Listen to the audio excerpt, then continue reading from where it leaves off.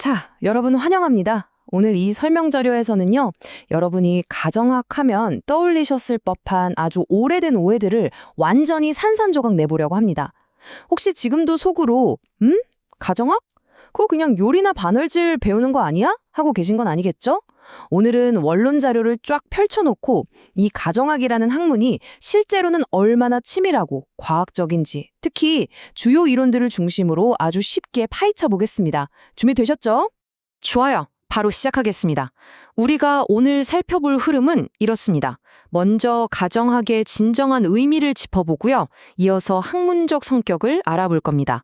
그리고 가장 중요한 핵심 이론 두 가지, 바로 가정생활론과 건강가정론을 차례대로 살펴본 다음 마지막으로 현대 과제까지 쭉 연결해서 가보겠습니다. 첫 번째 순서, 진정한 의미입니다. 여기서부터 우리의 생각, 즉 패러다임을 확 바꿔야 해요. 자, 과거와 현대의 차이가 정말 극명하게 대비되는데요. 과거에는 가정학이 그냥 음식 만들고 옷 꿰매는 단순 가사노동 정도로 여겨졌잖아요. 하지만 현대의 초점은 말 그대로 완전히 다릅니다. 원론을 보면 현대 가정학은 인간과 환경이 어떻게 상호작용하는지 연구하고 우리가 가진 자원들을 어떻게 과학적으로 관리할 것인가를 다루는 엄청나게 복합적인 학문이에요. 그러니까 이제 단순 집안일이라는 잘못된 신화는 머릿속에서 싹 지워버리셔도 좋습니다. 그럼 이런 엄청난 변화가 언제부터 시작됐을까요? 바로 1899년에 열린 레이크 플래시드 회의가 그 기점입니다. 이때를 기점으로 가정학은 단순히 물리적인 환경에만 갇혀있던 것에서 벗어나게 됩니다. 대신 사람과 물건, 즉 인적, 물적 자원을 아주 종합적으로 개발하고 관리하는 실천적인 응용과학으로 한 단계 크게 진화하게 된 거죠. 자, 그럼 이어서 두 번째, 가정학의 학문적 성격입니다. 이 학문의 뼈대가 어떻게 이루어져 있는지 볼까요? 방금 응용과학이라고 말씀드렸는데요. 맞습니다. 가정학은 혼자 동떨어진 고립된 학문이 절대 아니에요. 자연과학, 인문학, 사회과학의 지식들을 진짜 그야말로 총망라해서 하나로 합친 고도의 응용과학이자 실천과학입니다. 생각해보세요. 생물학, 경제학, 심리학 같은 것들을 다 끌어와서 우리 일상의 문제들을 주도적으로 척척 해결하는 겁니다. 궁극적으로는 우리 인간의 삶의 질을 높이는 게 목적이니까요. 이거 진짜 매력적인 융합학문 아닌가요? 이제 세 번째, 드디어 첫 번째 핵심 이론인 가정생활론으로 깊숙이 들어가 보겠습니다. 가족의 진짜 본질이 뭔지 한번 들여다보죠. 인류학자 머덕은 가족을 공동거주, 경제적 협력, 생식의 특성을 갖는 사회 집단이라고 정의했어요. 너무 학술적으로 들리시나요? 그럼 이걸 우리 일상으로 쏙 가져와 볼게요. 여러분, 당장 오늘 저녁 식탁에서 여러분의 가족이 보여주는 그 경제적 협력이라는 거 실제로 어떤 모습일까요? 같이 마트 가서 장을 보고 재료를 손질해서 식사를 준비하고 또 자원을 나누는 그 과정들. 가끔은 엄청 정신없었고 시끌벅적하겠지만 바로 그 살아있는 모든 과정이 가정학의 가장 중요한 연구 대상이 되는 겁니다. 그런데 여기서 정말 흥미로운 게 있어요. 학자들마다 가족을 바라보는 관점이 진짜 제각각이라는 겁니다. 레비스로스 같은 경우는 법적인 유대나 의무 쪽에 포커스를 맞췄거든요. 반면에 버제스는 가족을 감정적으로 상호작용하는 인격들의 통일체라고 아주 아름답게 표현했습니다. 그리고 쿨리는 한 사람의 인성을 빚어내는 아주 1차적이고 기본적인 집단으로 봤고요. 관점이 다 다르지만 결국 다 일리가 있는 말이죠. 우리가 역사를 쭉 훑어보면 가족의 모습도 정말 매혹적으로 진화해왔다는 걸 알 수 있습니다. 아주 옛날 원시 사회에서는 그저 살아남기 위해서 뭉쳐서 생존하는 형태였잖아요. 그런데 고대, 봉건 시대를 쭉 지나서 지금 우리가 사는 자본주의 사회로 오면 어떻게 될까요? 네, 가정생활이 산업화의 영향을 빵 맞으면서 이제는 무언가를 생산하기보다는 거대한 소비의 단위로 성격이 확 바뀌게 됩니다. 순수한 생존 메커니즘에서 현대 경제의 핵심 소비 주체로 탈바꿈한 거죠. 자, 그럼 오늘날 현대의 가정은 어떤 역할들을 하고 있을까요? 단순히 하나만 있는 게 아닙니다. 애정적인 기능, 자녀를 낳고 기르는 교육 기능, 또 돈을 벌고 쓰는 경제적 기능, 그리고 지친 하루 끝에 쉴 수 있는 정서적 안정 기능까지. 이 기능들이 아주 황금 비율로 균형을 딱 이루면서 하나의 거대한 유기적인 시스템처럼 맞물려 돌아가야 한다는 겁니다. 그런데 여기서 학자들 사이에 팽팽한 의견 차이가 좀 생깁니다.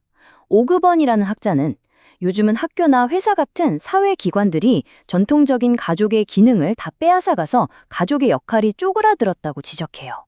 반면에 버제스의 생각은 다릅니다. 그래, 물리적인 역할은 사회가 대신해주지 몰라. 하지만 그럴수록 가족끼리 나누는 애정이나 친밀감은 그 어떤 사회기관도 절대 대신할 수 없다라고 강조하죠. 사실 세상이 복잡해지면 복잡해질수록 집에서 느끼는 그 정서적 연결이 진짜 말도 안 되게 중요해지잖아요.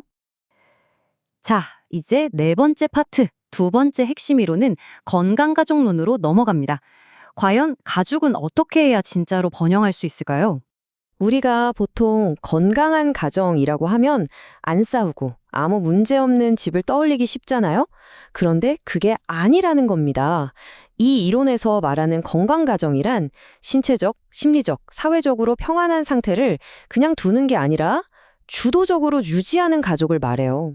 외부에서 막 스트레스나 변화가 몰아쳐도 끄떡없이 적응해내는 힘이 있는 아주 긍정적이고 역동적인 상태를 의미하는 거죠. 이 심리학적 개념들을 제가 아주 쉽게 풀어드릴게요. 특히 휘테커의 주장이 참 와닿는데요. 건강한 가족이라고 해서 갈등이나 문제가 0%인 게 절대 아닙니다. 오히려 문제가 빵 터져도 그걸 딛고 계속해서 성장해 나가는 가족이 진짜 건강하다는 거예요. 엄청 희망적이지 않나요? 그리고 보웬의 주장도 흥미롭습니다. 가족이라고 해서 다 똑같을 순 없잖아요. 서로의 다름을 그냥 쿨하게 인정하고 존중해 주는 거. 그게 바로 건강한 가족의 핵심이라는 거죠. 커란이라는 학자는 이런 건강한 가족의 특징들을 몇 가지로 쫙 압축해놨습니다. 대화가 잘 통하고 서로 믿어주고 같이 웃고 떠드는 시간도 보내고 심지어는 이웃이나 지역사회를 위해 돕기까지 한다는 건데요. 자, 여러분, 방금 말씀드린 이 내용들을 들으시면서 우리 가족은 이 중에서 몇 개나 해당되는지 한번 마음속으로 체크해 보시겠어요? 꽤 쏠쏠한 자가 진단이 될 겁니다. 이 섹션을 마무리하면서 저는 스티넷과 딥브레인의 명언을 정말 힘주어 전해드리고 싶어요. 건강한 가족은 태어나는 것이 아니라 만들어지는 것이다. 네, 맞습니다. 화목하고 번영하는 가족은 무슨 하늘에서 뚝 떨어지는 운명 같은 게 아니에요. 끈끈한 결속력을 다지기 위해서는 우리 모두가 의식적으로 노력하고 실천해야 하는 아주 따뜻하면서도 강력한 팩트 폭행이 아닐 수 없네요. 자, 이제 마지막 다섯 번째 현대의 과제입니다. 가정학이 어떻게 우리 시대의 위기를 해결하는 도구가 되는지 살펴볼게요. 그래서 가장 중요한 포인트가 뭐냐? 바로 현대 가정학이 오늘날 우리가 겪는 복잡한 사회적, 가정적 위기들을 해결하는 아주 필수적인 도구라는 사실입니다. 요즘 맞벌이 부부 진짜 많잖아요. 또 1인 가구나 노인 가구도 훅훅 늘고 있고요. 이런 급격한 변화 속에서 가정학은 일이 터진 다음에 수습하는 게 아니라 미리 막아내는 사전 예방적 차원의 복지를 엄청나게 강조하고 있어요. 당연히 이런 훌륭한 서비스를 현장에서 직접 뛰며 제공하는 건강가정사 분들의 역할과 전문성이 지금 그 어느 때보다도 중요해진 상황입니다. 그리고 이런 탄탄한 이론적 토대들은 곧장 우리 현실 세계의 다양한 직업들로 쫙 연결이 됩니다. 그냥 의료학이나 영양학만 있는 게 아니에요. 아동발달 전문가부터 위기에 처한 가족을 돕는 상담가, 나아가 기업에서 소비자의 마음을 읽어내는 전문가에 이르기까지 그 진로가 끝이 없습니다. 가정학이 우리 삶의 A부터 Z까지 그야말로 전반을 다루는 엄청난 실천과학이라는 걸 여기서 제대로 증명해주는 셈이죠. 자, 오늘 우리는 가정학이 더 이상 단순한 집안일 기술이 아니라는 걸 확실히 알게 되었습니다. 오히려 가족의 생존과 번영, 나아가 더 나은 사회를 설계하기 위해 여러 과학을 총동원하는 고도의 실천 과학이었죠. 이제 마지막으로 여러분께 작지만 도발적인 질문 하나 던져볼까 하는데요. 여러분의 가족은 더 건강해지기 위해서 지금 어떤 적극적인 노력을 기울이고 계신가요?